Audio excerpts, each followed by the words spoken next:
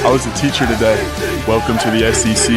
You're watching Inside SEC Basketball Live with Curtis Wilkerson on Inside Arkansas. Oh, man, Lawson Blake just gets me every time with that intro. What's up, everybody? Welcome into Inside SEC Basketball Live here on this fine Monday in SEC country. Curtis Wilkerson and Andrew Ellis here to talk a little bit of ball with you tonight. Some of you are probably still snowed in, chilling at home, looking for something to do. This is the place for you. Some of you, allegedly, are down there in Florida just kind of hanging out on the beach still. But we're thankful for all of you who are here just the same. Get your chats in. Let's argue about some stuff. Let's spice this thing up a little bit tonight. Another week of league play in the SEC. It's come and gone. And I don't know, Andrew, like it feels like we've learned a lot without really learning much at all. You know, some teams who we thought were separating themselves, coming back down to earth. Some teams who are emerging, but you can see they've got some pretty clear flaws. And then there's, Texas A&M, like we all expected, in sole possession of first place. Andrew, first of all, how are you, my man? And then secondly, where are you at in your search for clarity in the SEC? Yeah, well, I'm doing well. I'm excited for this week in the SEC.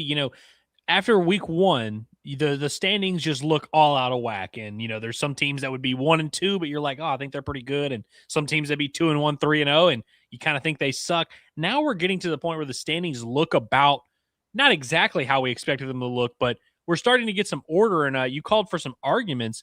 We're getting to that time of year, Curtis, where your record is what you are what your record says you are. And so for some of these teams, I'm sure there's, some fan bases that could say, hey, we think we should be getting more respect. Well, win more games, have a good record. And I think the teams that really could argue with us are teams that right now are a little bit unproven, like in Alabama, like in Tennessee, less so about Auburn, who's coming off a really big week. But we're now at the point where arguing's kind of almost out the window, because at this point you have a big enough sample size. Your resume is what it is. Let's just talk about it. Yeah, no kidding, man. And it's, by the way, I see a few people in the chat already talking about what Duke is doing to Louisville. Sheesh. I know it's an SEC show, but I like credit where it's due. I think Duke's getting ready to pick up their 9th quad one win of the season and just putting, belt to ass on Louisville there, who has Michael Brown back. So if you're an Arkansas fan or a Tennessee fan, because Louisville kind of represents one of the better wins on both of those resumes, you're kind of like, hey, what's going on here? What gives, So we'll see how long that stays up there for these teams. It'll be quad one for the most part, but when you get to that quad 1A status in the top 15, those are those really juicy ones for the resume, and they're fading fast, man. But let me start here, Andrew, because I was listening to Gary Parrish on his podcast with Matt Norlander, the CBS Sports podcast, and he said that he felt like the SEC might wind up being the best league in the country with no elite teams. Mm-hmm. And so he sort of brought up that the conference, may not even get a top 4 seed after everything that it did last year in the tournament with 14 teams, and you just keep going on the list like every single round. I wonder if you think there's something to that, because if you look at the AP poll update today, Arkansas, the highest ranked SEC team, but they're at 15. And then you got Vandy, Florida, and Bama, who are the only other teams inside the top 25. And then 5 of the first 6 in receiving votes represent the SEC. Like if you go to the net rankings, Vandy's the highest in the SEC, but just at 13, and nobody in the top 10 of the AP or the net. And then you've got, 4 more in the top 25 and then 5 teams between 25 and 40. My point is, a year ago, we were legitimately at this time looking at the SEC going, could they get 4 number 1 seeds? Could they get 3 number 1 seeds in the NCAA tournament? Now it looks like they've got a whole lot of good, but maybe not very much great, and maybe not any elite. Or maybe it's a whole lot of inconsistency and a whole lot of variance, but he might be onto something with what he's saying there. Yeah, I mean, Arkansas is literally the highest ranked team in the SEC. And we think Arkansas's got a good squad. We have high hopes for this team and all that. But I don't think that Arkansas is certainly not a juggernaut by any means. That is interesting that the national, guys, because I haven't heard much of that. I don't listen to nearly as many national shows of having my pulse on what people. I really just see what other fan bases in the SEC that we argue with, what they have to say, and maybe some of the draft guys and all that. Yeah, it's interesting. I mean, you think about what Duke is doing in the ACC right now. There were some people who said, hey, Louisville is the best chance to push Duke to win the conference. You see how that game is playing out. They're winning by Yeah. 50. That kind of paints the picture of how much better Duke is in the rest of the conference, which, by the way, they have a 9-point win over Arkansas. They're better than Arkansas as well, so there's some separation there. But there's a lot more bad teams in the ACC. If I were going to make an argument for any other conference, I'd say, hey, the Big 12, are you sure the SEC's better than the Big 12, who's got like 6 top 15 teams in their title contenders? Yeah. But again, you look at the bottom of the Big 12, and there's about 4, 5, 6 bad teams, actual bad teams, where the SEC, even a bad team like LSU loses by 4 at Arkansas, they can be competitive on any given night. Oklahoma, who's 1-6, they can be competitive on any given night, and they have been for the most part. And so I think you can make that argument around there's not a ton of just truly putrid squads in the SEC. And so, yeah, everyone – it makes it fun for what we do, where we power rank these teams all the time, because as much as Arkansas is the highest ranked team, we had them like 6th in our power rankings last week. You could make a real argument for them being top 5 or 6 in the conference, but they're also one of the top 15 national. So it does make it fun to talk about. Yeah, and it was funny because last year I felt like every 9 and 10 seed in the NCAA tournament came out of the SEC. It was crazy. We had 6 and 12 teams out of the conference make the big dance, and it just didn't make a whole lot of sense. But you also had the Floridas and the Auburns and those teams that were the elite of the elite. And, anything can happen once the bracket comes out. It's all about matchups, who's playing the best ball at the right time, whatever. But let me ask you this, based on what we've seen so far, do you see a team, Andrew, where we're going into Selection Sunday before we know the matchups that we could be looking at saying, yeah, that's the Final Four team from the SEC? Because I got to be honest with you, I don't know if I'm there with anybody right now in this conference. I don't think I am either. I mean, frankly, I'll just start with our guys. I don't feel that way about Arkansas. I probably will talk myself into being very confident and very excited. And I do think Arkansas has Final Four capability, but in terms of going into the tournament, kind of penciling them in for a deep run, I don't know if I'm there yet with them. Florida, I like a lot. I think there's a lot of stability. I think there's not many teams that I feel like are going to be a bad matchup for Florida. So I think they have probably the closest to stability out of all these SEC teams at the top. But Bama is typically one of your top SEC teams. I don't feel that way about them at all right now. Tennessee, who beat them on Saturday, I don't think anybody feels, even Tennessee fans don't feel that way about Tennessee. A&M, I'm sure we'll talk about them throughout the show. Yeah. Definitely don't think they're like a bona fide Final Four team at this stage right now. So, yeah, it is kind of interesting. There are certain, if Arkansas rattles off, 9 out of their next 10 games or whatever, and you start looking at that roster and they start building a really big resume, you might say, man, this might be the hottest team in the country. They might have that nobody wants to play them feel, but I do think there's a scenario where we're looking up at Selection Sunday and the best SEC team is a 3 or 4 seed. Yeah, if you go look at the bracket matrix, which they take every bracketologist who knows what they're doing, and they'll update their brackets every a couple times a week or whatever, and then they give you that average seed of all those folks. And right now you'll see Vanderbilt and Florida, who are on the 4 line, and then I think it's Arkansas and Bama who are on the 5 line, and then there's a whole bunch in the 7 to 10 range. And I guess that kind of makes sense to me. Let me ask you this, and I'll answer my own question from a second ago. I would like to look at Florida and say, you know what? They won the championship last year, and they've got that whole front court back, which was a big part of what they had going on. The guard play is what's sticking with me here. And Boogie Fland and Xavier Lee have had moments in SEC play. They've been better in SEC play, but you saw against Auburn how that consistency can drop off, and they still can't shoot. Even when they've been playing better, it's a team that shoots sub 30% from 3. A lot of times that puts a pretty hard cap of a ceiling on you. Arkansas fans have learned that over the course of the last several years here. So that's difficult for me. I'm not there with Texas A&M, and we'll talk about them in a minute. Arkansas, I'm kind of with you. They're so inconsistent. Let's see them, maybe go beat Oklahoma on the road before we talk about what you can do in March Madness. And then Bama. Bama's one that I'm interested in, and we'll talk about this too. But now that they have a rim protector from the NBA, that changes some things for them. And they've been operating all season not healthy. But Thea and Reitzel were out early, and Philon's missed a game, and Holloway's missing games. Amari Allen's missing games. They haven't had their full complement of players. I feel like if they get healthy and have, give them 3 weeks or something to play with their full complement of a roster, that's one that could be dangerous, and they've got a pedigree of being pretty damn good in March themselves.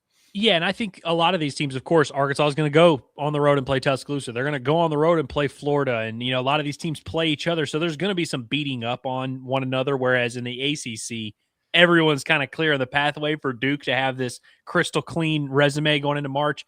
I think what you're going to have, though, in real life is when those games roll around in mid-March, Bama might be a 6 seed, but no one in the country, like whoever's that 3 seed is going to be like a 4-point underdog, the type of thing where you're like, man, Bama, they haven't had the great year, and their record might not be shiny, but holy cow, nobody wants to play them.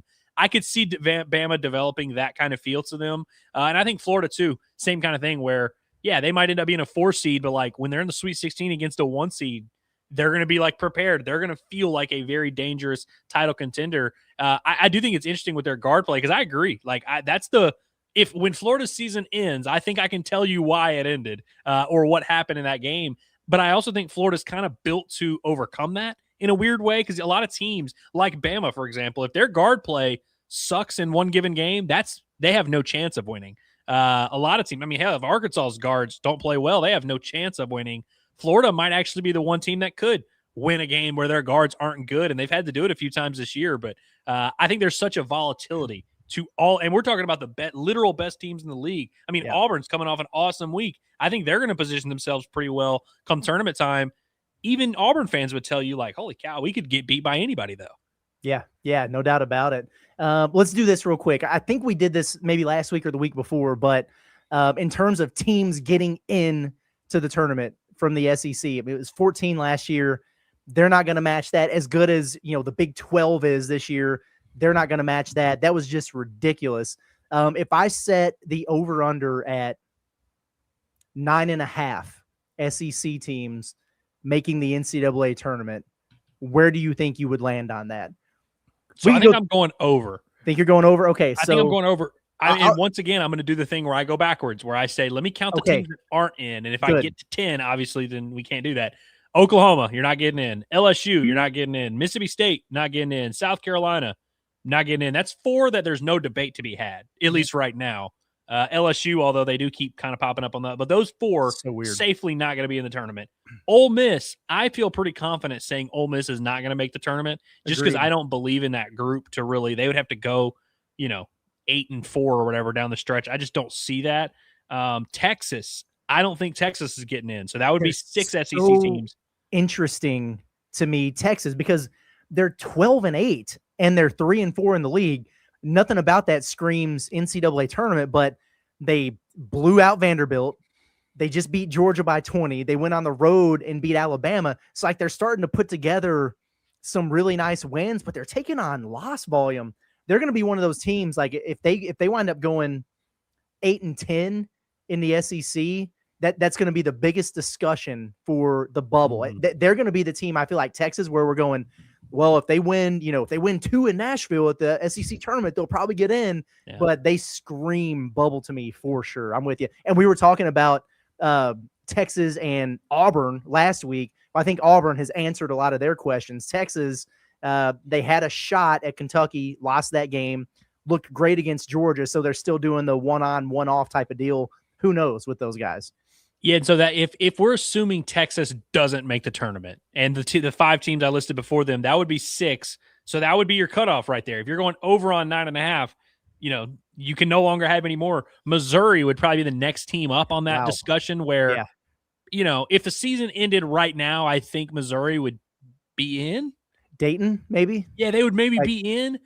I don't feel confident that Missouri's making the tournament, but I think if they don't, one of those teams like Texas or maybe even Ole Miss, maybe even LSU. I don't want to give LSU that much credit, but I think someone else could play their way into the tournament.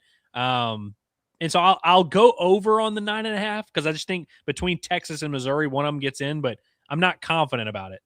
Yeah, I think I'll probably go there too. It's going to be close. It really is. Let me ask you this. Because we talk about some of these teams being just, kind of bipolar. Which is there a team when you go through this, we do our power rankings every week or whatever, and you just can't figure them out. Like for me, I've got a couple. I want you to go first. I've got a handful where I just feel like every week when I'm doing this exercise, I go, what the hell was this? And anything I thought about them, like we did our cold takes exposed thing a couple weeks ago. It's like everything I said about you guys last week, I now look like an idiot for saying because you proved me wrong going into the next week. I feel like there's a handful of teams like that are just, we talk about volatility and, being a little bit bipolar or Jekyll and Hyde or whatever. Several teams, I think, in the SEC, but does any stand out to you? Georgia is who I think is the picture of that for me, at least. Auburn, weirdly enough, I feel like I've been very complimentary of Auburn, and I'm glad that they're starting to prove me right. They're coming around. Nobody had a better week than Auburn, and I do buy it. I don't know if they're going to go on to win the league or anything, but I think they're kind of becoming who they actually are. Georgia, to me, the resume is just baffling. The more I look at it, the less I know about it. It's weird because you start SEC play with an overtime win at home over Auburn, which in hindsight has aged really well for Georgia because we've seen Auburn's really good. Even away from home, they can be very good. So to get that game won is a big deal. You lose at Florida, no big deal. I really don't even care about that at Florida. At South Carolina, a little bit of a stinker, but you win by home, and then you lose at home to Ole Miss, which is just an inexcusable loss that I don't really know how anyone involved with the program can look themselves in the mirror after that. Yeah. But then you beat Arkansas pretty comfortably, very comfortably, which, of course, that's going to continue to age well. You go on the road and beat Missouri, which a game, by the way, I think they were losing that Missouri game, most of it. Or it was very competitive back and forth. You end up winning by 2. That is what that game going Georgia's way is why I'm not currently very dismissive of them. But you look at them, they're 4-3 in SEC play. If that game doesn't go their way, they're 3-4, and you're coming off of 2 road losses, we'd be talking about Georgia being it's time to figure it out.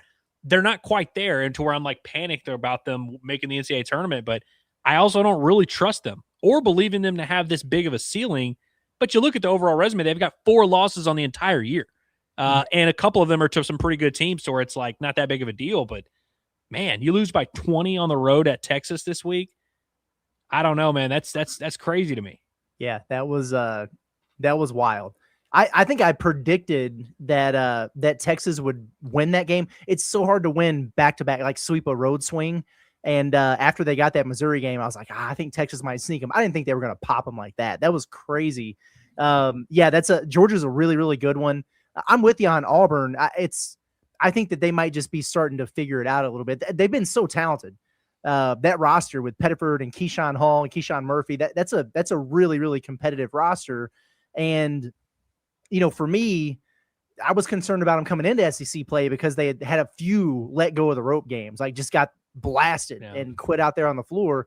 Haven't done that so much, in league play here. And they just did what I was talking about, which is go sweep a road swing, including beating Florida. And so they're rolling. They're going to take some more losses here, but a week ago we were questioning, are these dudes going to get in the tournament? And now I'm kind of wondering, can they play their way out of an 8-9 game and get a better seed? I think they look pretty good. Arkansas, I think, fits into that category right now. It's hard to be too critical because they're 5-2, they're a game out of first place in the league. But the variance between home and road for Arkansas in league play has just been crazy.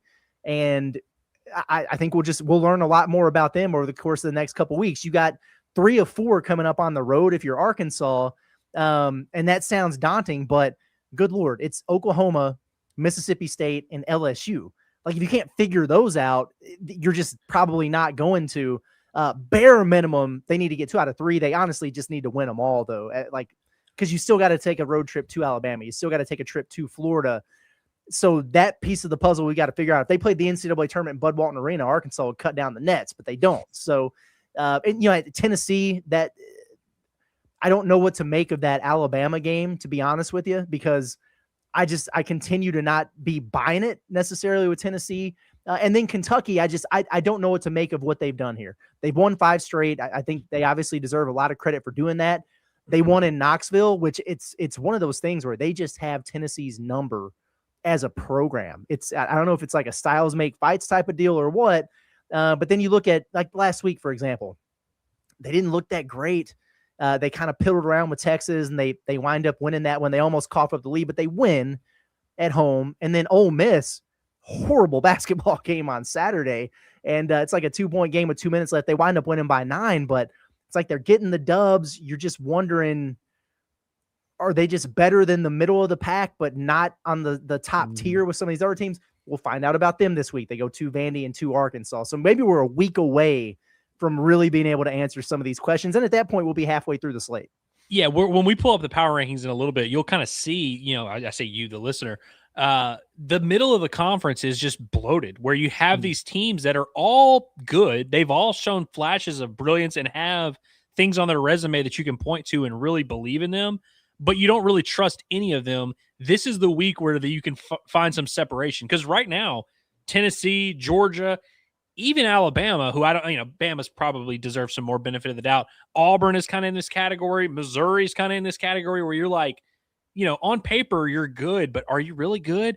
This is a week for Georgia and Tennessee, who play each other in the midweek. And then I think Tennessee goes on to play Auburn at home, and Georgia is playing A&M on Saturday. So this week, if you want to earn our respect and have us stop questioning whether or not you're legitimate, win these games right here. Tennessee, you go 2-0 this week, then all of a sudden we'll be saying, damn, Tennessee's kind of back to just what they are. Regular season Rick, he's going to have them a certain level, and we will then all of a sudden look kind of stupid where we're like, all right, we give them a lot of benefit of the doubt. And same for all these teams, A&M, whoever.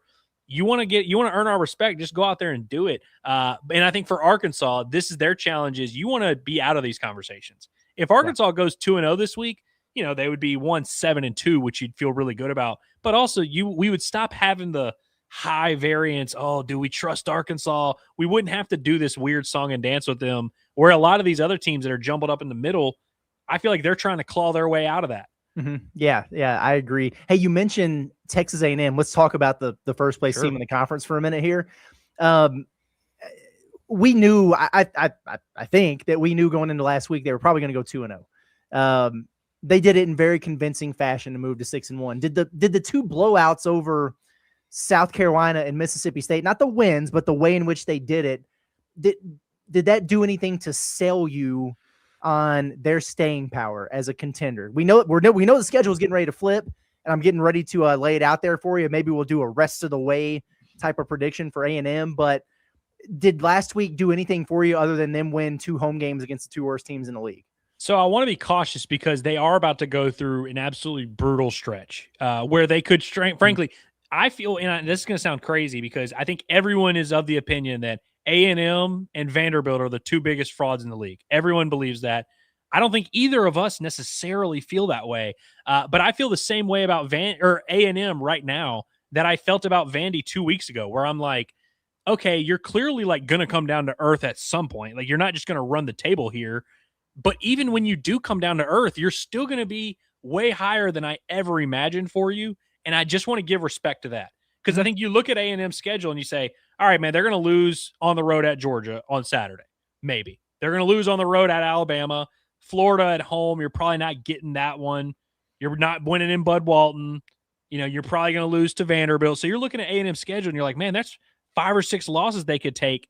Even if they lose every single one of those games that I just rattled off, what this past week proves to me, Curtis, is that A&M is not stupid. They're not going to lose games they shouldn't lose or shouldn't, they're not going to mess around. They play a bad team, they're going to beat them. If they're better than someone, they're going to take care of business. And so if they do that, you're still looking at, like, at worst, like a 7 or 8 seed, like at worst. And so I just want to admit that I didn't even think they were going to be anywhere close to that coming into the year. And so will they come down to earth? Of course. Are they going to win the league? Hell no.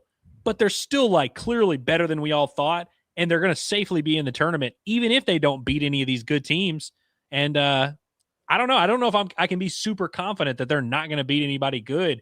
And I know Vanderbilt's coming off a little bit of a rough stretch.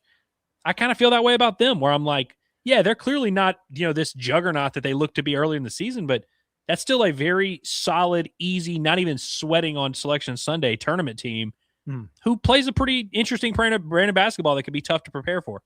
Yeah. And speaking of interesting brands of basketball, Buckyball is a lot of fun. And he's doing a hell of a job. I think coming into the year, when I did the preseason SEC rankings, I think I had Texas A&M at like 12, and that might have been higher than some folks out there, just because I thought the style would be fun to play. And they had some pieces. Now, They took some lumps early in non-conference play, but I'll be honest with you, when they lost Mackenzie Mbako to injury for the season, I completely wrote him off. I might have had him last when I did the right before the start of SEC Power Rankings, because I was like, there's no way. This is already an undersized team. He's a really talented player. He probably could have stayed in the draft and gotten selected, but he came back and was just a big piece of the puzzle there. When he went down, I was like, nah, they're done. And there they are out there, undersized, and they've got a 38-year-old 6'7" power forward who used to play for Eric Musselman, who's their center. They just get it done, man. They press you nonstop. They turn you over. They make you uncomfortable. They shoot a ton of threes, and it's been working for them. So credit where it's due. And do I think that's going to be conducive to them going 16-2 and run away with the SEC? No, absolutely not.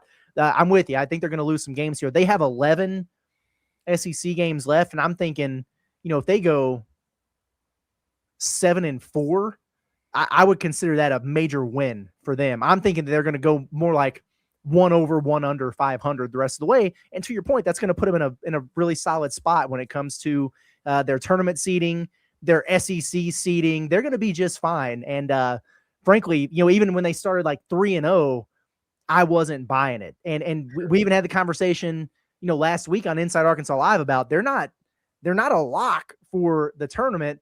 And now I feel a lot better about that for them because they didn't slip on the banana peel against either one of the bad teams in the league who came into their building last week. They did well. I'm glad you mentioned that. That last week on the show, you and I sat here and we both kind of felt like, dude, A&M could slick lose to Mississippi State.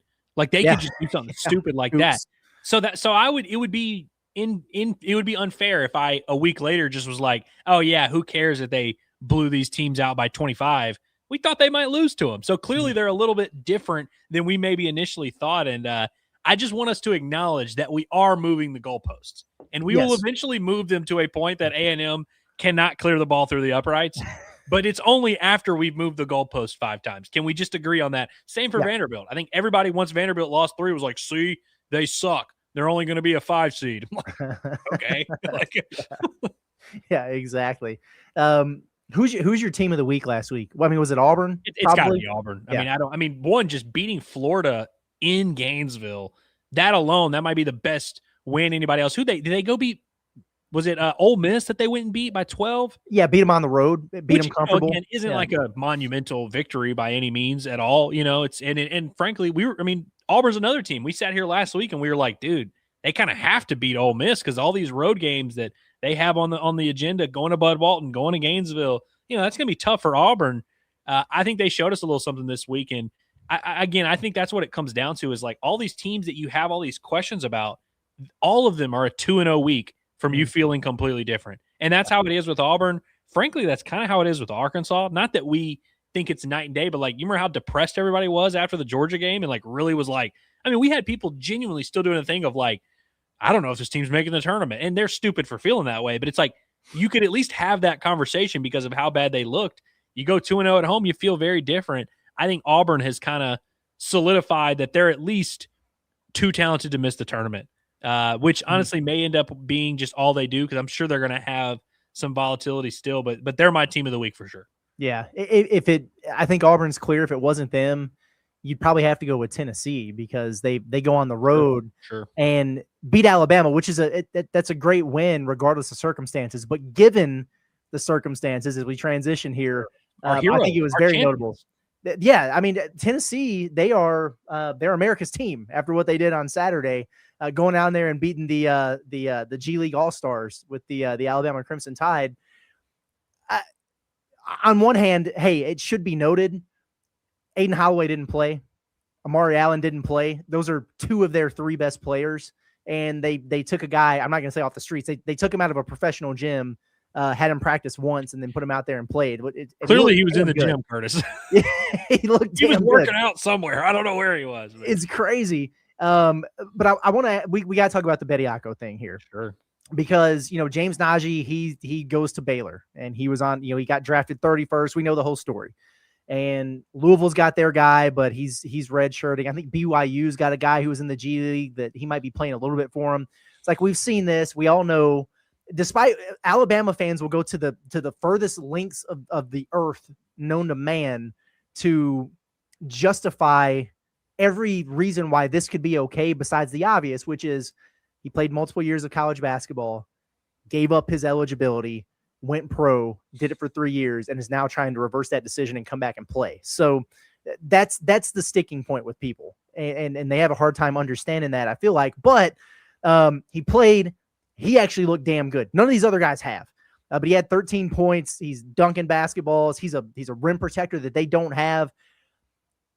Kind of feels like he could change the trajectory of their season a little bit. But we've been waiting on this Tuesday hearing because it was the temporary restraining order. And it's like, all right, well, they're going to have a hearing on Tuesday, and we'll see if they uphold this and if he played one game or if he's done. Well, now it got extended for 10 days because Mother Nature made it to where the attorney for the NCAA couldn't get to Tuscaloosa for tomorrow's hearing, as if we don't have Zooms in 2026. So he gets at least 2 or 3 more games with Alabama before we get any resolution on this whatsoever. You did a very good job laying this out because there's just so many different layers to this. And I mean, listen, we can have the conversation on should professional players be playing and all that. And I'll just go ahead and say, no, they shouldn't. Like this guy should not be able to play declare for the draft 3 years ago, stay in the draft, all that, come back. It's crazy. But I think about this from Alabama's standpoint, because like you said, he looked great. Clearly gave them a spark off the bench. I mean, he was the only guy off their bench that gave them anything in that game. They were playing with a very short rotation that really wound up being 6 guys, and he played 25 minutes. Like, they needed him to play a ton of minutes in that game, especially with a couple guys out. And that's the aspect of this that is fascinating to me, because clearly they end up still losing to Tennessee. It was like 67-62 or whatever. So, like, clearly you can look at it and say, well, they're getting a much-needed spark from him, but it's not going to be enough to make them good. But then what if you get these other players back? All of a sudden now you've got a 8-9 man rotation. You're a little bit more well-rounded. Maybe you might find something. But for me, I just look at it and I'm like, there's so many moving parts. One, to just Bama's had injury problems all year. I mean, even, their star player, missed a couple times, missed the second half there against Vanderbilt. Mm-hmm. They haven't had much consistency with their lineup and their rotation. I'm wondering, like, when those guys do get back and it's like, all right, hey, now let's really go out there and put our best foot forward. Oh, yeah, we're still giving 25 minutes to this guy who may or may not be with us in March. Like, that's kind of the crazy part to me is, like, what happens if, like, hey, they get their guys back, they've got their full rotation, and it's great. And then he, all of a sudden they're like, hey, no, this dude can't play. He's ineligible. That's a huge blow to Alabama. Mm-hmm. And so it's like you kind of have to prepare as if you don't have him for March, I feel like. But I don't know. Maybe I'm crazy. I also wonder what the conversations are like in that locker room, especially coming off a loss. If they had won, it's easier to just say, hey, whatever, we're all having fun. This is great. When you start having losses as a sports team, you start looking around the room and assessing what everyone's doing. And you're like, hey, why is this 30-year-old here? And the coach seems to like him. He doesn't like me. Huh? What's going on? You know what I mean? Like, it's very easy. And then all of a sudden, if they start playing well and he's ineligible, that's going to also cause a rift. I'm fascinated by this whole thing. And I've come all the way around to where I'm like, the fact that Nate Oates is prepared to do this tells you how little he believes in the team he's got. Yes, 100%. That I think is the most telling thing about all this. Imagine being any of those front court players on that roster. That's got to be tough. That's got to be a tough situation to deal with for sure. And the funny thing about this, when the judge who granted the temporary restraining order, they found out that he was a Bama donor, and like everything about that seemed pretty sketchy, of course. And so people are up in arms about that. And then all of a sudden, like, the NCAA is going to be the champion of fighting this wrong and finally taking a stand. And now if you want to be pissed off at somebody, you got to be mad at them because they couldn't get their butts down to Tuscaloosa. And all of a sudden this gets extended by 10 days. So if you want to blame that on, the courts or, dirty booster judges or whatever, no, this is the NCAA's fault. Because they apparently can't get on a plane for a week and a half to get down there for this. It's crazy. And who do we decide Alabama's playing? Missouri and then Florida. Yeah, Florida on Sunday. Well, hell, I mean, if you're going to need Bediako for like 38 minutes in that game. Exactly. Against that front court, Nate Oates has got to be feeling pretty good about things. And I think it gets a little bit misplaced sometimes with people think you're criticizing the grown adult man, the 25-year-old. Right. And it's really not that. Now, it would be a humbling experience for me to have bet on myself, gone to the draft, not get drafted, didn't cut it. 3 years later, try to come back and play college ball. Like it's, I would get off social media. I'd have to really swallow some pride to do that. More power to him. Like if you can come back, and I'm sure he's getting NIL compensation to do this. And according to the University of Alabama, they support his, pursuit of an academic degree. So that, good on him for that or whatever. But this is more about a system being broken, I think. And Nate Oates, who cracks me up because he just openly admits, like, yeah, this is crazy. Like we really need to get a handle on this. And I support us finding a way to do that. But in the meantime, I'm taking advantage of everything that I can. And that's exactly what he's doing here. And I mean, it's just easy as college basketball fans. One, I mean, it's not hard to cheer against Bama and Nate Oates in general, just because, they're one of the better teams in the league every year. They've had some controversial players that have played in games for them that maybe shouldn't have in the past. I'll leave it at that. They're just an easy target. But I also think it's as college basketball fans, we're all going to unite. Anytime we see a team taking some type of weird shortcut or loophole of a rule, we just all band together and we're like, we don't want this team to have success. I mean, Baylor, their entire season's ruined, by the way. Like, yes, they absolutely punted on a season. I was really hoping that would happen here with Bediako. We'll see. But like, I just think it gives us something to cheer against, which is awesome.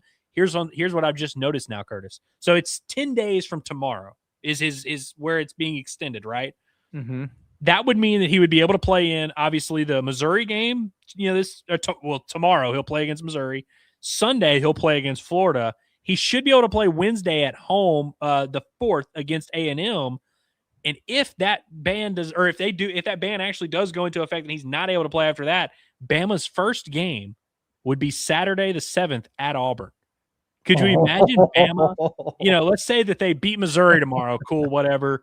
You lose to Florida, and then you beat A&M behind your 25-year-old big man, who then the next day they're like, hey, actually, you can't play anymore. And then you got to go to Auburn to face a crazy hostile environment. That would be beautiful. I remember Brandon Miller playing at Auburn the last time we had a controversy about a Bama player playing when he shouldn't have played. They went and played at Auburn, and it was a crazy environment. Did you say that A&M game was at Alabama? It was a home game for them? It is in Tuscaloosa. Should they do like a just in case senior day for Bediako? Let him bring his parents out there at midcourt. Yeah, give him the let's frame the jersey and give mom some flowers, and then love that. And move on. By the way, this is just a couple minutes ago, and I appreciate Pooh for putting in the chat there. But the NCAA has filed a motion for Alabama judge James Roberts to recuse himself from the Charles Bediako lawsuit. Roberts is an Alabama donor, so the NCAA is going for throats now. Will this be the first lawsuit they win? Yeah, the NCAA, they get dominated in these things. It's crazy, man. It's crazy. Let's tell me if this makes sense. Yeah, we're flipping the script around a little bit. Why don't we get to some chats now and then end with our power rankings and our pick'ems? I like that because, frankly, there's not much to say about our power rankings. Not really. If anybody has questions, I'm here to answer them. But everybody kind of is who they are at this point, and you can maybe argue a couple spots here and there. But I like getting the chats first. Yeah. All right. Cool. Well, let's do that then. Let's see here. We've got from Bo, a member for 8 months. It's big time. Says now that Bama has at least 3 more games with Charles Bediako, if ruled ineligible, how does that affect Bama long term? If you were the commission NCAA, how would you rule? Well, they already ruled, no, you can't play. And Alabama didn't like that decision, hence the restraining order and the case and the lawsuit and all that now. This is a very dangerous precedent to set here. So we'll see what winds up happening. But on one hand, it's really tough if you allow this to happen for one game, much less for 2 or 3 weeks here. And then you yank him because that's going to cause a firestorm from the people on the other side of the coin. But there's got to be some rules here because it's not just about this one isolated incident. It's not just that it opens up the door for other guys who've declared for the draft and foregone their eligibility, who are 3 years removed from college basketball, who could try to come back. It's also what happens then this offseason when they're trying to tell Malik Thomas or whoever, yeah, you can declare from the draft, but you have to withdraw by this specific date or you're going to lose your college eligibility. That just automatically means nothing. And so for coaches who are trying to put their roster together and figure out who's back and who's not, it's just going to create an entire mess. So I hope that this doesn't become a thing, but who the hell knows, man? Well, listen, the NCAA, and I know their hands are kind of tied with the judges and courts or whatever. It's like they have a leg to stand on here because there is a rule in place. Like, and I hope people understand, because I know everybody's done this thing where you see one G League guy get on a roster and now you've told yourself every pro player is now available. Let's get Bobby Portis on the line. These are all very different situations. Like James Najee, the NCAA is at a little bit of a issue there because he was never a college basketball player. He was coming from overseas and entered the draft, and so he didn't go through those NCAA rules that we have in place. This is why the Bediako situation, I would argue, is way worse. He was an NCAA athlete. There was rules placed in the draft about if you leave, what that means. And he did go right through that, and now he's trying to reverse that. It's a little bit different when it's like a loophole with a guy that their rule hasn't been made yet and there's no precedent.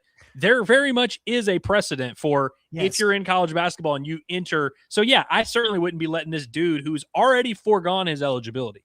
There's a reason why we always use that term. I will forego my eligibility. It's because that's what you literally do. You sign a piece of paper that foregoes your eligibility. So it's like everybody's acting like, oh, the NCAA can't do anything here.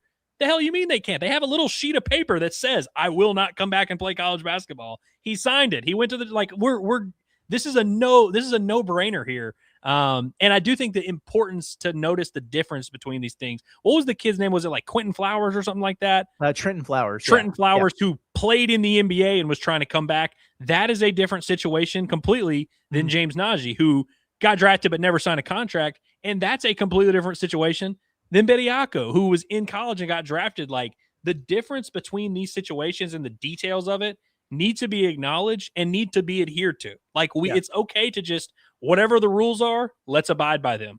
James Najee got to fly in because we didn't have a rule. Whatever. We do have a rule for Bediako. The dude can't play. Yeah, exactly. This one is pretty clear, cut and dry. I like that you really stress the forego my remaining eligibility. That phrase is in every Notes app announcement, every Joe Tipton graphic of guys who are declaring. The only time we use the word forego is in that context. Yes, and I have a hard time spelling it sometimes. Is there an E? Is there not? It's crazy, man. And so I don't know. I actually, of all the scenarios out here, I'm most sympathetic towards, like, there were some kids who were in like the G League Ignite program, for example, and that just went by the wayside. It's like these kids chose to do that instead of go to college because it's, hey, this can fast track me to the league, whatever. Then that thing goes up in flames and you're just kind of left in a weird space there. And it's like, well, I haven't really been able to showcase myself to improve my draft stock, whatever. I have to enter the draft. I don't have a choice. So for a guy like Dink Pate, for example, who Arkansas recruited heavily, completely different situation. I know Kentucky's on him and everything like that. Again, do I like that precedent? No, not necessarily, but I at least get it. And he's at least 19 years old and he hasn't played 2 years of college basketball. And so it's circumstantial, like every situation is a little bit different. That's what makes this complicated. But what I know for sure is if you played college ball and then you wadded up your eligibility and you threw it out the window to go try to make it in the professional ranks and you didn't, you can't come back. So I've also seen people trying to draw the line between, how like it happens with baseball players where Brandon Whedon gets drafted out of high school in the MLB draft, plays AA, AAA, then he comes back and plays college football and they say, well, that happened, so why can't Bobby Portis play for Arkansas? It's like, again, that's a whole different precedent, which frankly, I think the college baseball and MLB, like, they're in cahoots. They've got a great system going on that nobody complains about. It is crazy how many different situations people try to draw these lines to, but they're all kind of unique. Yeah, no, they certainly are. Let's see. What else do we have here? Oh, I just want to pull this up real quick from Chris Sullivan. He says, can y'all believe Boozer has won Freshman of the Week 8 times in his conference. Now the ACC makes me mad for Acuff. I did not realize that. But if anyone was gonna actually, it makes me think because Acuff, who's his competition in the SEC? It's his own teammate, and it's Nate Ament, right? And I think Amari Allen won it once or whatever.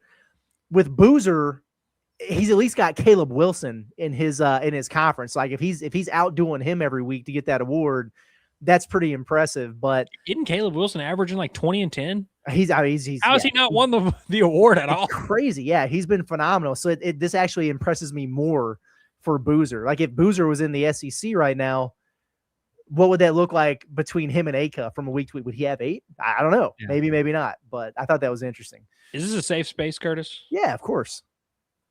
Why do we really care? Listen, I'm all for guys getting and accolades that they deserve, especially when it's end of year. Like if Acuff doesn't win Freshman of the Year, I'm going to be livid because that actually does.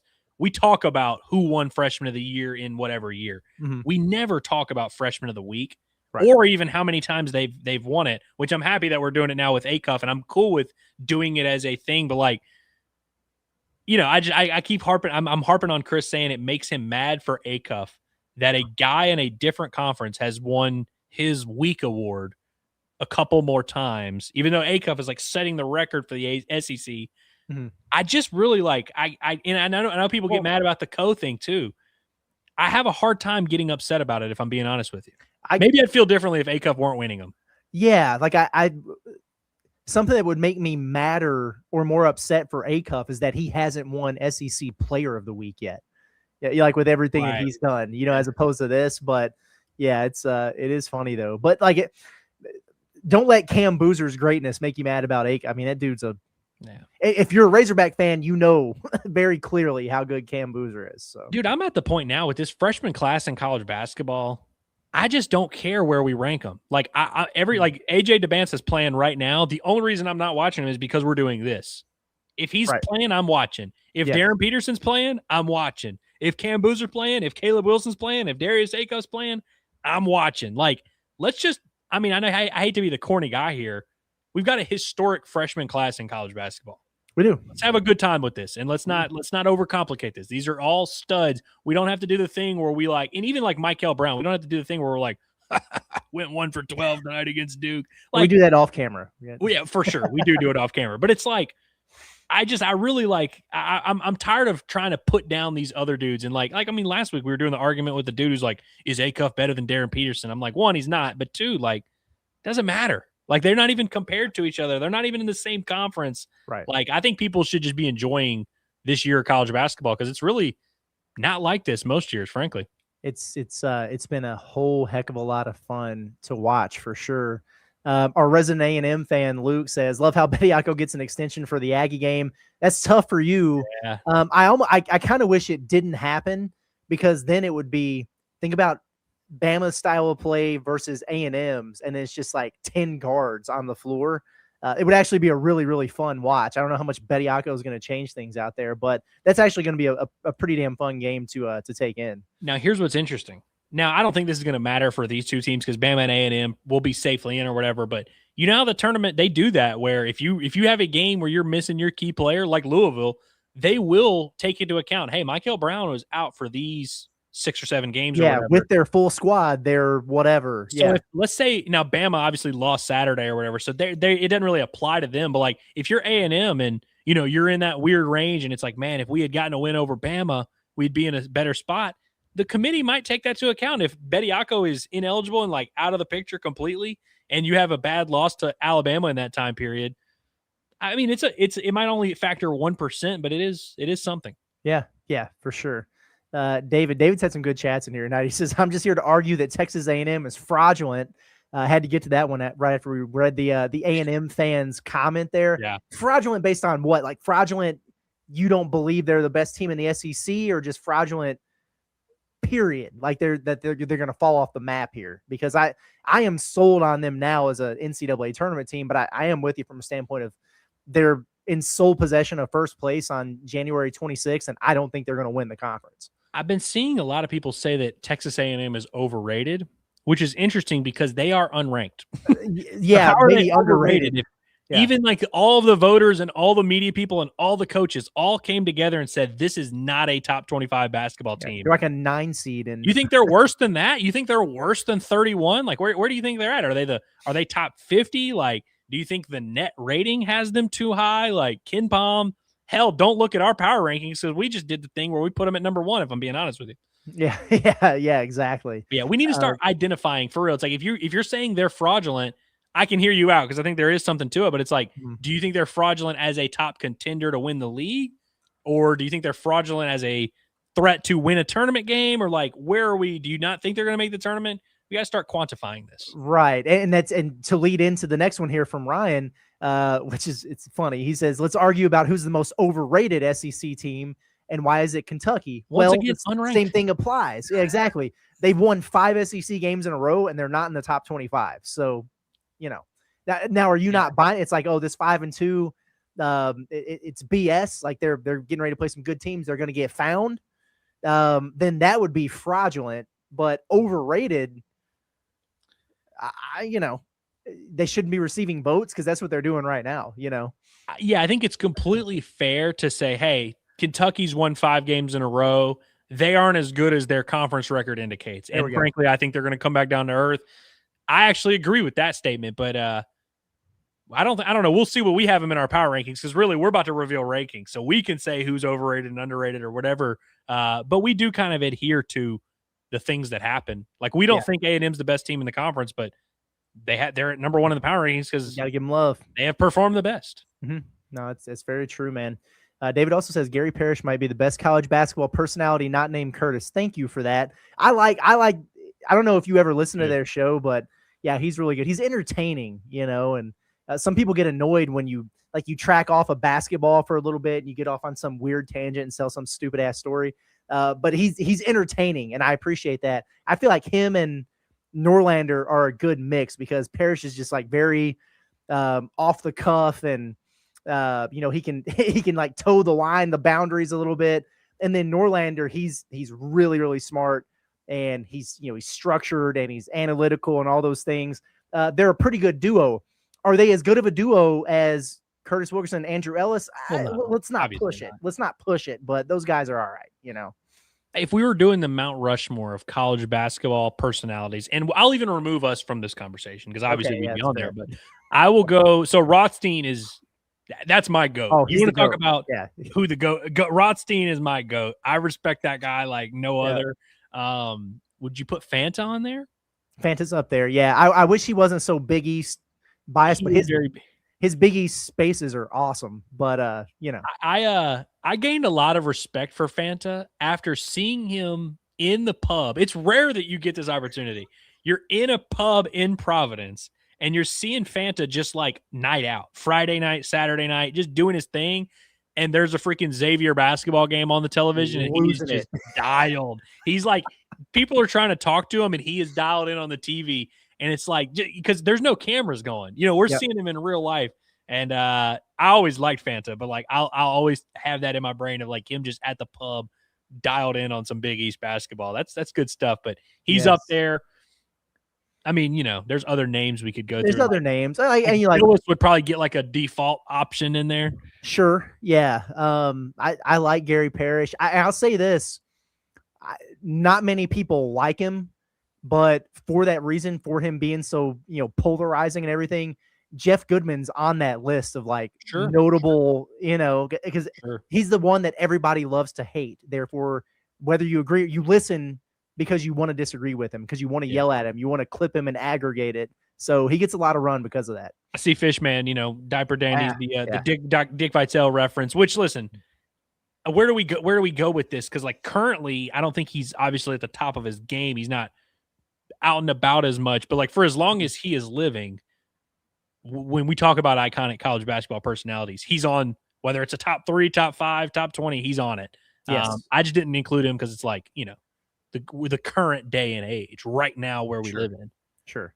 Okay, let's do a few of these rapid fire here. One, this is Flying Blind says Arkansas's identity is Darius Acuff. I think they figured that out. You might be onto something there. So, You know when they say even a blind man can, enter the blank or whatever? Yep. A literal blind man has figured Right. out that Arkansas runs through Darius Acuff. Yes. Can see that Darius Acuff is that guy. Yes. He is. He's I hope that wasn't good. disrespectful. I really didn't mean for it to be. No, it's not. No, he gets it. He's it. Hillbilly says, isn't Arkansas the only SEC team that's undefeated at home? Yes, they are. After Florida's loss to Auburn, the Arkansas is the last undefeated team standing at home. And then I think before that it was Vandy until they lost that game to Florida last weekend. So, yeah, this is a good question here from Samuel Brooks. He says, which team with a bad SEC record right now do you think will end up with a decent record? Does Bama count as bad? They're 3-3. Nah, it's too I don't easy. think so. Sub 500. So then, I guess it would have to be Texas, Ole Miss, one of those teams. Oh yeah, Texas is 3-4. Texas is probably the answer. I'm inclined to maybe say LSU. I don't was gonna actually say think LSU. they're going to be good, but I think LSU's better than most of the teams that are around them. And now and by the way, old D.D. Thomas was not only played Saturday, played a lot, took 40 shots. They ain't about to work him in slowly. He's going to play 35 minutes a game. They're different with him, man. They really are. He's a good player. And so if you've got him and he's able to probe the lane and distribute the way that he does, you got McKinnon who can, space the floor and knock down threes. And then they've just got 6 dudes who are 6'7" and strong and athletic, and they crash the boards. They're not bad. And we talked about this earlier today off air, Andrew, and I think they get the South Carolina Mississippi State week coming up here, or something along the 2 of the worst teams in the league. They'll win those games and they're going to be right back in the bubble picture. In fact, they kind of still are by some people, which is crazy, but the metrics love them. They could be that team that I don't think they're going to get in, but if they go 7-11 in the SEC, people are going to be looking at it going, are they on the bubble? What do they have to do in Nashville type of conversation? I think they're going to get left out, but their metrics don't match their 1-6 record in the conference. Yeah, which is and I don't think LSU is about to just go on a run and make the tournament, but no, they'll win a handful of games. I like them better than the teams around them. Hickory Hog says he doesn't think Auburn's going to make it past the first weekend. I don't think it's a hot take right now. I don't think so. Yeah. I mean, by the way, they jumped up. I think it was 2 full seed lines in one day. They went from a 9 seed to a 7 seed. But even still, even if they played well down the stretch, you're looking at a 5-6 seed. So I don't think that's that hot of a take, especially given their volatility. I've got a hot take for you from Late Night Climax. Says Mizzou has to be in the top 5 now. Because they won on a buzzer beater against Oklahoma at home? After losing at home to Georgia. What? They're one of they lost to Ole Miss, right? They did lose to Ole Miss. Yeah, I don't. They're not in my top 5. I'll tell you that. Mizzou. I'm not going to be dismissive of them. I think if the season ended today, they'd be in the tournament. They have a real shot to make the tournament, which I think would be I would be impressed with Dennis Gates, frankly. If Missouri ends up making the tournament, I will tip my cap and be like, hey, you get another year to keep your job. But I don't know. I think I would be less surprised if they went 2-10 down the stretch. Yeah.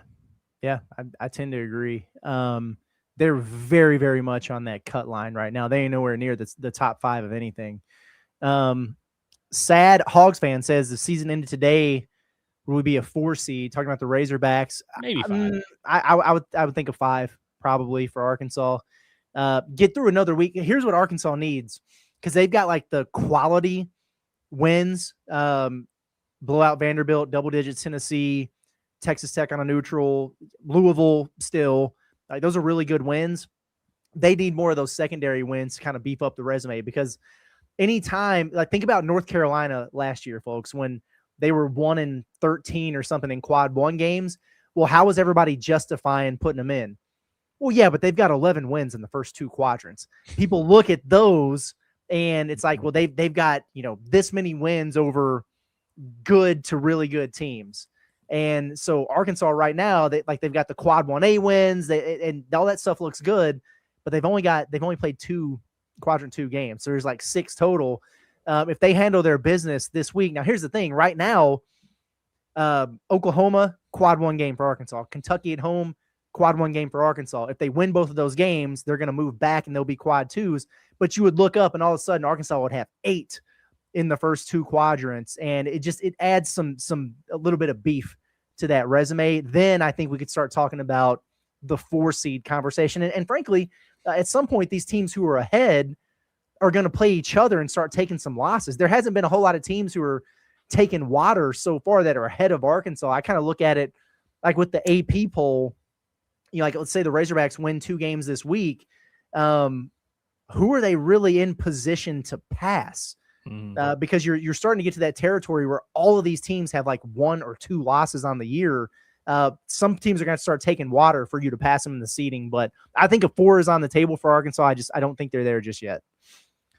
Okay, let's just get to a couple more here, and then we'll switch over and do our rankings and stuff and get out of here.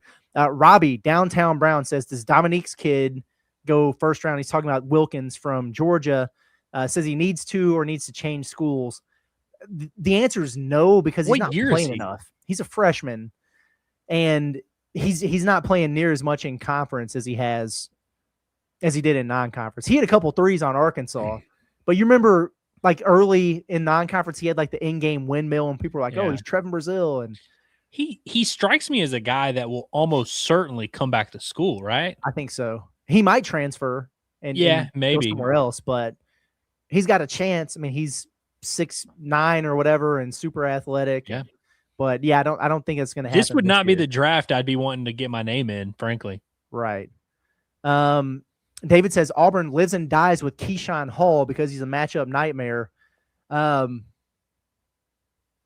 mean, there's some truth to that. He's one of the toughest matchups in the league. I think it's more about like who's the Robin to his Batman on that team. Like Keyshawn Murphy's been really good here for this stretch. Tahad Pettiford, you never know what you're going to get. Yeah, he's very inconsistent. That impacts him. So, yeah, he's the guy who you can pretty much rely on to give you 20 minimum every single night. But he's done this his entire career, and he hasn't contributed a lot to winning basketball. He's doing it at a higher level this year. He's more efficient. He's not turning it over as much. He's defending better. So he's coming around as a player, but he certainly needs some help, I think. Yeah. And he very much is on the short list of SEC Player of the Year. Like I think you'd have to be top 3 or 4, no doubt about it. Sure. Am I wrong to be just like unmoved by the notion like every single team in the country you could be like, well, Duke, they live and die with Cam Boozer.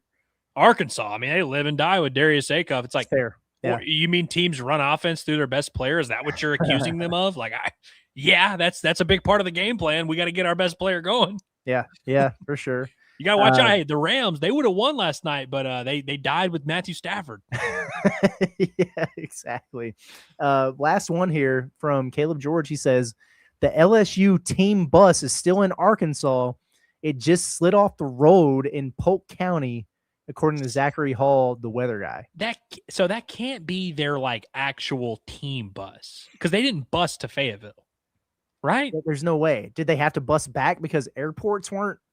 Yeah, maybe. But did it do anything? You would know better than me. Did Louisiana get any of this? Yes, they did. My parents actually currently do not have power. Now that's in Monroe, not in Baton Rouge. Down in Baton Rouge, it's never that cold, so they're probably fine there. It's probably easier to fly in. Matter of fact, it would be easier to fly into Baton Rouge than it would be to drive through ice in southern Arkansas and North Louisiana. The Razorbacks flew today to Norman. So yeah, that has to be like their maybe it's like their equipment, or maybe it's like maybe one of the flag line or something. Yeah, that's really interesting though. And then I'm trying to think if they play tomorrow or if they play Wednesday. I don't know. That's crazy. Good information there. Okay, let's throw our power rankings up here. Let's do it, and then do some pick'ems. I got to be honest with you. I think it was a couple weeks ago where you were like, I'm just going to tell you right now, I don't feel great about this. I'm just going to tell you right now, I actually don't feel great about this. I went back and forth on so many different teams, and just when I think I had it right, I was like, Well, now hold up. That doesn't make sense. And so I would go change something. I don't know, man. But anyway, here they are. I think we're pretty consistent at the top, though. The top four, I guess we're even Steven on the top four. A&M, here's the deal. We both got them at number 1. They're 6-1 at this point, and I get it. They haven't played the best teams in the league. Their only loss is in overtime at Tennessee. I get so they've been pretty good there. I feel about Texas A&M right now the way I did a couple weeks ago when I moved Vanderbilt to number 1. I don't think they're the best team in the league. I don't think they're going to win the league, but based on what they've done so far, it's kind of hard to justify not putting them up there at or near the top. I agreed. And, you could argue that we should do it more of a predictive, like, hey, if you want us to do this thing where we just guess how the rest of the SEC is going to play out, it would be a completely different ranking. But I don't know how we can just ignore the results. And when you're in sole possession of first place at like damn near the halfway point, it's one thing if they're 3-0, which they were at one point, and I think we had them like 6 or 7 or whatever. At this point, enough time has gone on to where someone's just going to have to go beat them, and someone will beat them. And when those teams beat them, and then maybe that team makes their case, we will adjust accordingly. Like if Tennessee goes 2-0 this week, they might be ranked over Texas A&M, who might fall to 4 or 5 or something like that. But I think it's okay to wait until that happens to adjust our power rankings, because power rankings are reactionary based on what we've been seeing. Mm-hmm. Yeah, no, that's very true. And I thought about dropping Florida more, than I did. Because I had him I think I had him at 1 last week. I also, as a guy who covers the Razorbacks, have seen what Auburn is capable of. So them going down there and winning that game, it is what it is. It's tough because I feel like for the rest of the season in the SEC, Florida's front court is going to win them a lot of games. Mm-hmm. I feel like when they get to March, their back court is going to lose them a game earlier than they wanted to. But I debated putting a couple different teams up above there and dropping Florida more. I didn't. Arkansas, listen, it was one of those weeks. They were one of 4 teams in the SEC to go 2-0 last week, by the way. And, Vanderbilt, who's kind of been everybody's darling, it wasn't just that they beat them. It was how they went about doing it. Mm-hmm. And so you might have been underwhelmed a little bit with Saturday. Fair enough. If that was the case, they got the win. But what they did to Vanderbilt weighed pretty heavily on me moving them up. I think I had Arkansas at, I think, like 6th or 7th or something last week. But that was a pretty impressive week for them. And then Auburn, who I think was outside of the top 8 for both of us last week. Hell, big jump for them because they played great basketball last week. You went and swept a road swing, and that includes beating the defending champs. That's pretty impressive. Yeah. In terms of now I'm looking at our 5 through 8. You did the thing where you were just like, hey, Bama's good. And I know they're good. So I'm not going to pretend like they're not good. It was that, and it was the Aiden Holloway and Amari Allen not playing thing for me. Because those guys are really, really key to what they do. They still lost the game, so I dropped them, but I didn't penalize them too much. Although you're right, because I absolutely acknowledge they're 3-3 in the league. They've lost 3 games at home. Like there's some issues there. So I think you're right that I'm kind of betting on their upside a little bit with where I've got them. And here's the thing, and that's completely valid, because I definitely think we haven't really seen the real version of Alabama. We just have not seen them put together a 40-minute game with all their guys available and seen what that looked like for a couple weeks.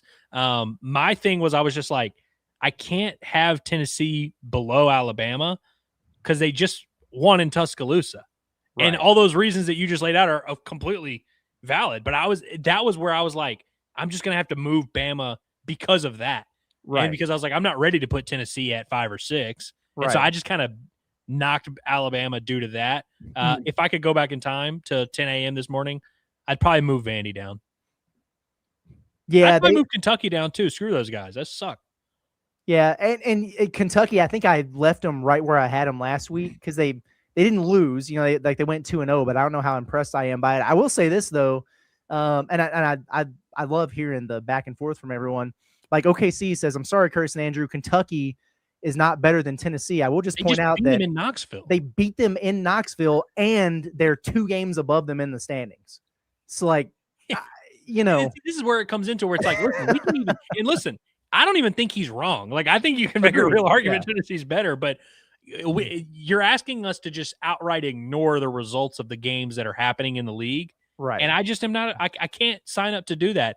The more I'm looking at the comparison between our rankings, because we're pretty much similar in the way we view the league and all that, you can tell where the conversations and tiers break off. Like 1 through 4, that is a tier right there. Mm-hmm. The bottom 4 or 5, or I'd say maybe 5 or 6, maybe, that is a tier right there. And then I'd say like kind of 9 through 11, that's a tier. Like, what I mean? Yeah. It's kind of broken up, and then 5 through 8, that's a tier. You can tell where we go off kilter. That's where you can start having discussions. But a lot of these teams that we're talking about, like, we kind of have to put them there based on the results. Mm-hmm. Yeah, no, that's very true. And so, and like a follow up here from OKC says Vandy and Tennessee are better than Alabama. To me, very well could be. Vanderbilt beat them, and that game was at home. And again, Alabama's a hard one for me because of I don't know who their team is because they never have their complement of players. They'll get Holloway back for their game tomorrow, but they're not going to have Amari Allen. And then they'll get Amari Allen back, and Bediako will be ruled ineligible. Like it's so up and down that I admittedly have a hard time figuring out exactly where to put those guys. Well, this is just another prime example of two teams that just straight up beat Alabama. And so you're well within your rights to look at that and say, despite that, I still think Bama's better. But you're asking us to ignore those results, which I'm having a hard time doing. Mm-hmm. Let's see. I was going to see if we had anything else there in the chat. Oh, okay. So I guess I've seen this a couple times now that there were no athletes on that LSU bus. It was just staff members or something. I'm glad our guess was correct. Yeah. You and me both. Look stupid if it was like, no, that was the whole team. Yeah. McMahon's still trying to push it out of the snow. Maybe Matt McMahon was on that bus and they can win a game without him. They'll speed up his hot seat a little bit, Let's get into some pick'ems. You want to get into some pick'ems and then get out of here? Although I will say before we do it, this midweek slate outside of Tennessee, Georgia kind of sucks. Yeah, it's not great. Or there's not a ton of games that like have a lot of stake. Like I'm sure they'll end up being entertaining, but not a ton of games that you're like circling like, oh crap, this is a big one. Kentucky has a big one. Who do they play? Vanderbilt? At Vanderbilt. Yeah. That's a big game. In Tennessee, Georgia's a good game, but there's some stinkers. And so what I'm going to do is as I roll through these games, I'm going to have the availability report here. That way we know about the notable injuries. That's a little bit helpful. The first one, 6 p.m. game. How about that? We're going to be down there. Arkansas at Oklahoma. I'll take the easy one first, I think, because you just don't know about the Razorbacks on the road. What I will say is Oklahoma, even though this is a similar situation where it's another team coming off of a buzzer beater loss, then you have to go play them in their building 3 times. How many times does this have to happen for Arkansas? It's really strange, but Oklahoma, not Auburn. Oklahoma, not Georgia. And the Lloyd Noble Center, not the Jungle or Stegman Coliseum. So, and I'm betting on Arkansas understanding now the level of focus and intensity you have to have on the road. And if they didn't, you just had a 1-5 team come into your building and push you the way that they did. There's just zero excuse for a lack of focus. And I'm with you on what you said earlier. If they go down there and dick around in Norman, lose that game or whatever, then we really do understand, like, okay, this is who this team is. They've got an identity crisis on the road, and that's something that could really come back and haunt them when they're not playing games in Bud Walton Arena moving forward. For sure. I mean, the one thing that we do have to acknowledge is that, we last week, we were very low on the Hogs. They win 2 home games, which is awesome. Did not solve the issues that we felt were big issues last week, which is that this team, so this is a big kind of prove it game for them. I'm also a big proponent of hungry dog runs faster. So the idea of Oklahoma having a come to Jesus meeting in their locker room before the game and deciding to come out with their hair on fire, that's kind of the only thing that concerns me. There's a lot that points to Arkansas, and I think the LSU game being as close as it was helps Arkansas in this case. The road embarrassments you've already suffered, which one was worse than the other. I know the Georgia game didn't seem like an improvement from Auburn, but it really was. That goes in Arkansas's favor, and the fact that you've been in this same spot on the road against a bad SEC team in front of a weak crowd at Ole Miss, I think this game is pretty similar to that. And I know they'll have free admission or whatever, so maybe it ends up being a little bit more ruckus than we expected. But I think this is one where if you're a serious team, you take care of business. Give me the pig. Students get in free. Students get free pizza, and then it's $2 beer, soda, and popcorn at this Oklahoma game. They're trying to get people in there for that one. Am I going to give them $2 of my dollars to get a beer? I might give them $8 of my dollars. Missouri is at Alabama. The injury report, Javon Porter's been out for Missouri. Alabama will get Aiden Holloway back. Amari Allen is doubtful in this one. Alabama's winning that game. Yeah. I think this is just you take care of business game. Now Missouri, this is a massive opportunity. Shout out to the guy who was in here earlier. I'm assuming was a Missouri fan who was saying they have to be top 5 or whatever. Crazy talk. Neither of us have really been high on Missouri at any point this year, frankly. Even after they beat Florida to start SEC play, we were kind of like, that was a fluke. I think we even did a segment where we declared it a fluke. But no, Missouri, this is your chance to prove against all those narratives and give yourself some breathing room. They're currently in a good spot with their metrics. A win at Alabama would all but pretty much not clinch them, but I would say get them in a very safe position to where we would no longer be doing the are they in, are they out? For a while, they would at least be in and could kind of, then all of a sudden you're just a few bad team victories away from, kind of being a lock there. I just don't think they're going to do it. I think that we are going to find out on Selection Sunday whether or not Missouri makes the tournament. Yeah, I think you're onto something there. Kentucky is at Vanderbilt. For Kentucky, it's the usual 3 who are going to be out. Jalen Lowe, Quainton still out for them. Cam Williams, who just broke the foot, is out of there. For Vanderbilt, Frankie Collins has been out. Duke Miles is listed as questionable. He playing. I think, if it almost feels like if there's actually a chance that it's not going to happen, it's doubtful. If it's questionable, hey, he ain't 100%, but he's going to be in there kind of deal. He was listed as questionable going into that Bama game, and then he had 20 at half. Come on. Let's just relax there. No, I think Vanderbilt wins this game. I'm not super confident in it. I certainly wouldn't be surprised if Kentucky pulled one out somehow. They've found a way to just I don't know what's the term I would use. It's not fluky, but they just kind of will these games into existence down the stretch and find ways to win. So I won't be surprised if Kentucky does it again, and think you would set the stage for a pretty fun Saturday. Vanderbilt's been pretty good at home for the most part. I know that loss to Florida is one you could point to and say, that's proof that they suck. I thought they were good in that game as well. Yeah. This would be by far Kentucky's most impressive win of SEC play, and I think most people don't feel that way. I think most people look at Vanderbilt, and if Kentucky beats them, we'll say, Vanderbilt just sucks, and maybe if they lose this game, we'll start to have that conversation, but I actually am higher on Vanderbilt than most, so I think they probably win by 8 here. I think so too. I was trying to talk myself into a path for Kentucky here. I from an Arkansas standpoint, I want Arkansas to win tomorrow. I want Kentucky to win tomorrow. I want Kentucky to come to Bud on Saturday on a 6-game winning streak.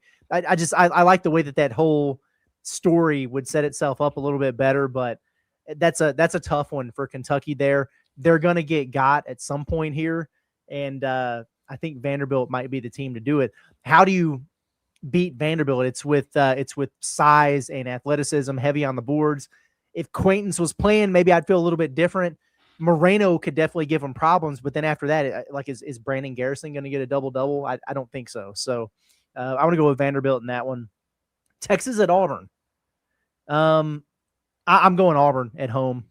I think they're red hot. Texas is very much an example of a bipolar basketball team, and we've seen the ups. We saw it last week with this Texas team. They've taken some weird losses. They've got some great wins. I don't think they're going to go beat Auburn in the jungle with the way that they're playing right now, personally. Yeah, I think Texas is a very weird team because down any given night they can beat anyone, and they've kind of shown that.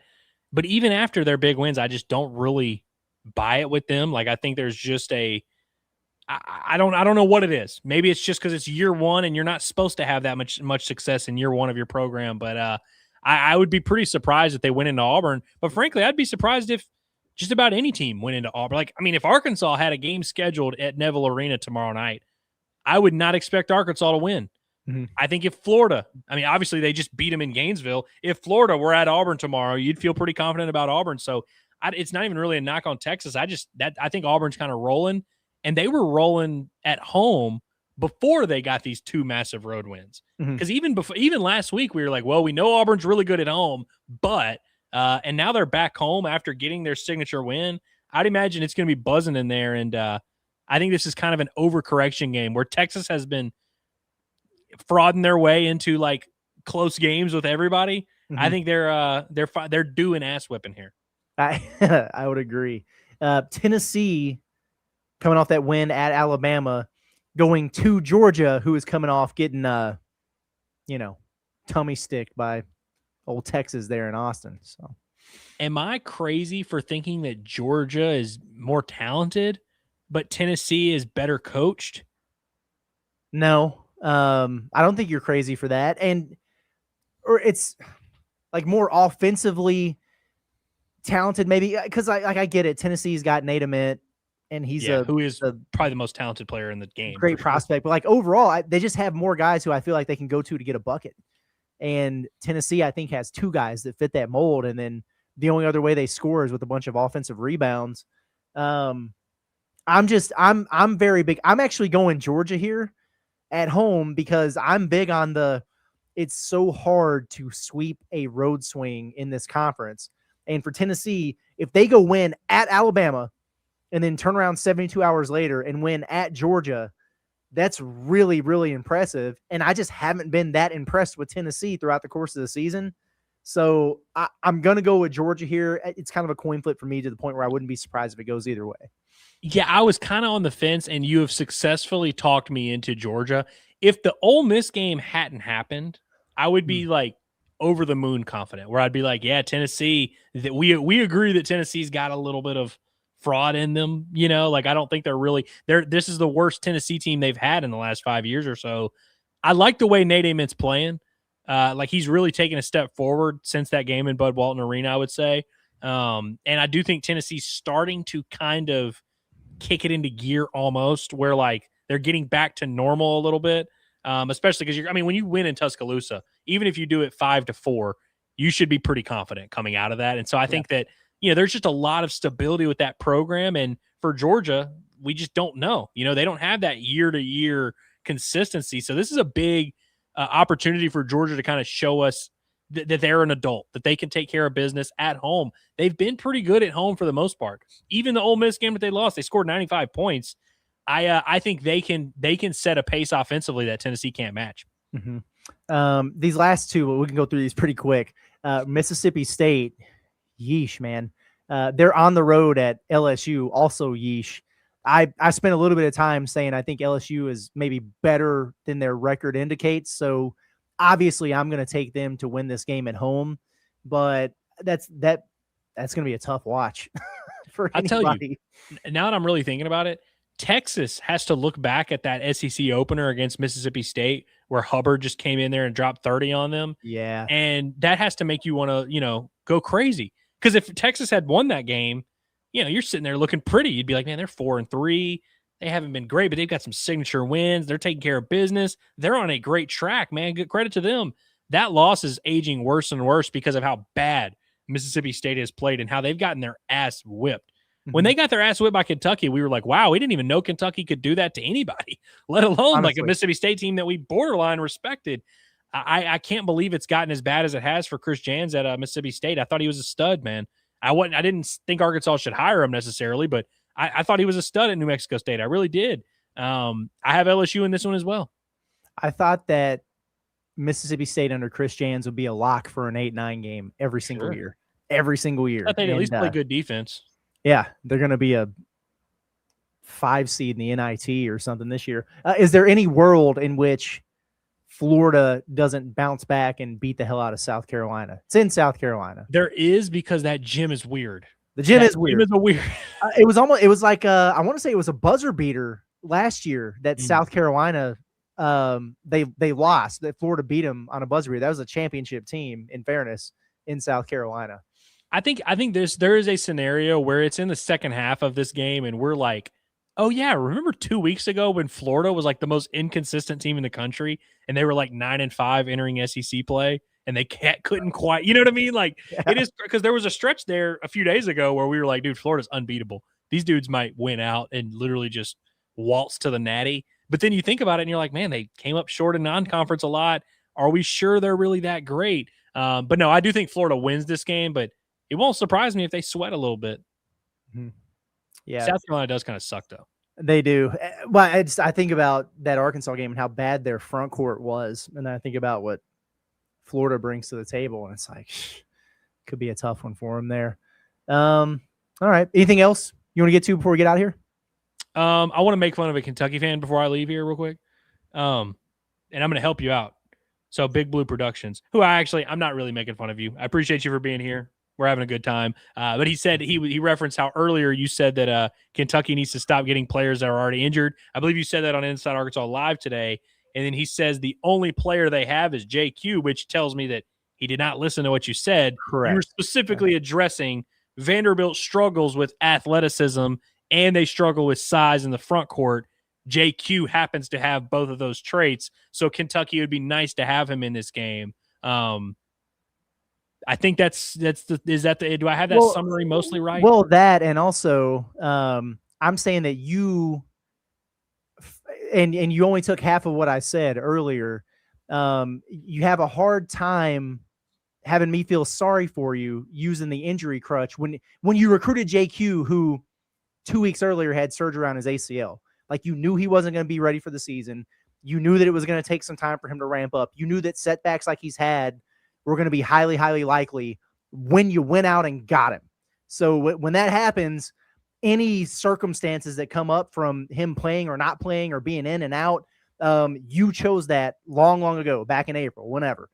And then as for the other guys who have gotten injured, the point that I made about that, again, you're going to have a hard time having anybody feel sorry for you when it's been publicly put out there that you have twice as much of a payroll as anybody else in the country. And going into the season, is this the deepest team ever assembled? And our second unit could make a Sweet 16.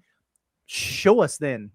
You went out there and you paid, 14 guys over $1 million, then this shouldn't be an issue. You have the depth to overcome it. It's not my fault that Mark Pope went out and got 15 players and he only had one point guard on his roster.